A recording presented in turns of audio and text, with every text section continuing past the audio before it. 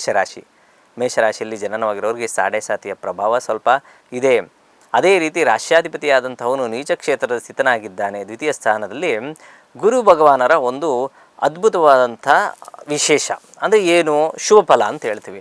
ಆದರೆ ರಾಶ್ಯಾಧಿಪತಿ ಯಾವಾಗ ನೀಚನಾಗುತ್ತಾನೋ ಆವಾಗ ಯಾವುದೋ ಗೊತ್ತಿಲ್ಲದೆ ಬೇಡದೇ ಇರೋ ವಿಚಾರಗಳಲ್ಲಿ ನೀವು ಕೈ ಹಾಕಿ ಅಲ್ಲಿ ಕೈ ಸುಟ್ಕೊಳ್ಳುವಂಥದ್ದು, ಅಂದರೆ ಹಣಕಾಸಿನ ವಿಚಾರ ಆಗ್ಬೋದು, ಮಾನಸಿಕ ವಿಚಾರ ಆಗ್ಬೋದು, ದೈಹಿಕ ವಿಚಾರದಲ್ಲಿ ವ್ಯತ್ಯಾಸಗಳನ್ನು ಕಾಣುವಂಥ ಸಾಧ್ಯತೆ ಇರ್ತದೆ. ಆ ಕಾರಣದಿಂದ ದಯವಿಟ್ಟು ಹೇಳ್ತೀನಿ, ಯಾವುದೇ ಒಂದು ಹೂಡಿಕೆಯನ್ನು ಮಾಡುವಂಥಕ್ಕೆ ಹೋಗಬೇಡಿ.